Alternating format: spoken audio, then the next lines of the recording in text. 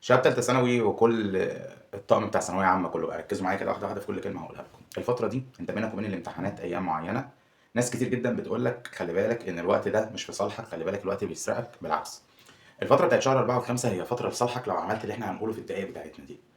اول نقطة انك تمسك كل مادة عندك وتبدأ تقسمها، خاصة كيمستري وفيزيكس وبيولوجي او ماس على حسب انت انهي تخصص فيهم، او حتى المواد الادبية. المواد التخصصية بتاعتك القوية اللي مطلوب منك فيها في الاخر درجات وهي بتحتاج مجهود شغل قوي، تحطها في اولويات يومك.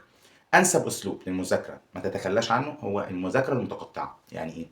فكره انك تخلي يوم واحد لماده واحده دي بتحتاج طالب متعود طول الوقت من حياته انه بيذاكر. ليه؟ لان الطالب اللي متعود طول الوقت ان هو بيذاكر بيبقى ببساطه بالنسبه له لو حضرتك انت قصرت في ماده هو بيبقى عارف ومتاكد ازاي هيقدر يعالجها. لكن بالنسبه لحد زي اغلبكم ان هو من زمان ما بيحبش فكره انه يذاكر بشكل مستمر، فكره اليوم واحد ماده دي بالنسبه له او ماده بتاخد يوم واحد ده بيضيع نص اليوم في لا شيء، وبيفضل نص اليوم هو اللي بيبدا يشتغل عليه في الماده دي. فالحل بالنسبه لك ان اليوم يتقسم من 3 ل4 مواد. بتبدا اليوم وانت فايق، يفضل ان انت تبدا في وقت الصبح بدري. تمام؟ ليه الفتره دي؟ اولا البيت عندك بيبقى فيه شيء من الهدوء، اغلبه نايم، واللي صاحي منهم يا في مدرسه من اخواتك يا اما في شغله. مفيش حد بيصحى الصبح بدري الا الاسباب، فانت تستغل وقت الصبح بدري ده انك تنسق اوقات المذاكره بتاعتك. تمام؟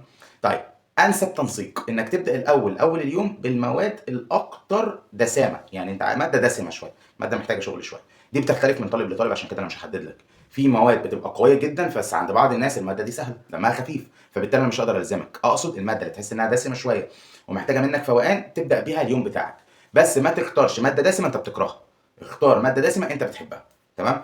خلي المرحله الثانيه لما تحس ان انت حققت حاجه كده في الماده دي، المرحله الثانيه ممكن تبدا بقى بالماده اللي تقيله على قلبك، اللي هو لا انت فصلت ولا انت اتقفلت. تاني نقطة، ده بالنسبة للمذاكرة. تاني نقطة، لازم تبقى في كل حاجة في الأسبوع بتاعك عندك كده ورقة بسيطة كاتب فيها أنت أنجزت إيه خلال الأسبوع ده من اللي أنت المفروض كنت متارجته.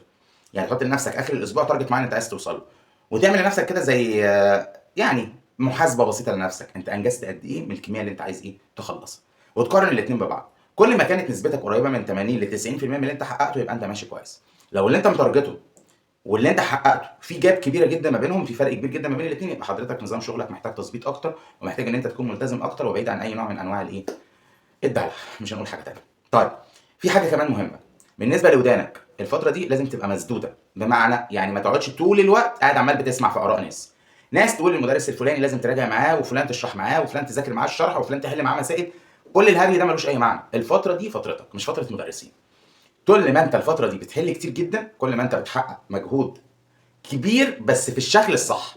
بتحضر كتير وبتسمع لناس كتير، وفي الماده 2 و3 مدرسين والهبل اللي الناس بتعمله ده، انت بتضيع وقتك ومجهودك على الفاضي، لانك مش هتخش الامتحان بمدى سماعك للمدرسين، انت هتخش امتحان بمدى مذاكرتك ومراجعتك للمواد بتاعتك. طيب، نقطه كمان مهمه، حاول على قد ما تقدر ولا تسمع كلام تحفيزي اوفر ولا تسمع كلام محبط اوفر. خير الامور الوسط، زي ما النبي صلى الله عليه وسلم قال. حاول على قد ما تقدر تبقى في الميد بوينت، يعني ولا تروح يمين قوي ولا تروح شمال قوي. يعني ما تروحش مع الناس اللي عايزاك تبقى طول الوقت محفز واخد طاقه كبيره جدا، لان ده هيخليك تحبط من النتيجه اللي انت هتحققها مقارنه بالتارجت. يعني ايه؟ في ناس بتحط تارجت عالي قوي قوي قوي زياده عن اللازم نتيجه الحماس، والتارجت ده هو مش هيقدر يحققه، فبيروح عامل ايه؟ لو حقق نتيجه قليله جدا يقول لك بص المستر كان بيقول اهو اديني حققت نتيجه زي الزفت. لا يا حبيبي، انت اللي تارجتت حاجات مش مناسبه ليك. حاول تتارجت حاجه موافقه ليك عشان ما تسيبش لنفسك احباط. ولا تسمع كلام الناس اللي هي طول الوقت انت يا ابني مهما عملت في الفتره دي عمرك ما هتتساوى باللي عمل من الاول. لا، هي ملهاش علاقه. في ناس بتشتغل في الاول جامد جدا جدا وتيجي في الفتره دي تريح جامد وما بتعملش حاجه، وفي ناس بتشتغل في الوسط في الاول وفي الاخر. دول الناس اللي انا عايزهم. طب انت ما عملتش الوسط بتاع الاول، اضغط بقى شويه في الاخر عشان تعوض. وفي الاول وفي الاخر حط في دماغك كده قاعده، ان الله لا يضيع اجر من احسن عملا.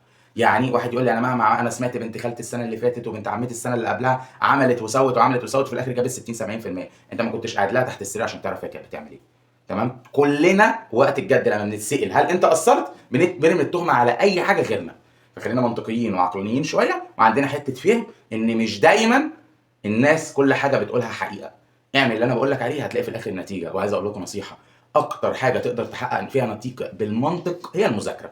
ذاكرت بتجيب مجموع، ما ذاكرتش ما بتجيبش مجموع. كل حاجه في حياتك بعد كده ما فيهاش منطق، صدقني. فاستغل الوقت ده لان الوقت ده هو اكتر وقت منطقي في حياتك.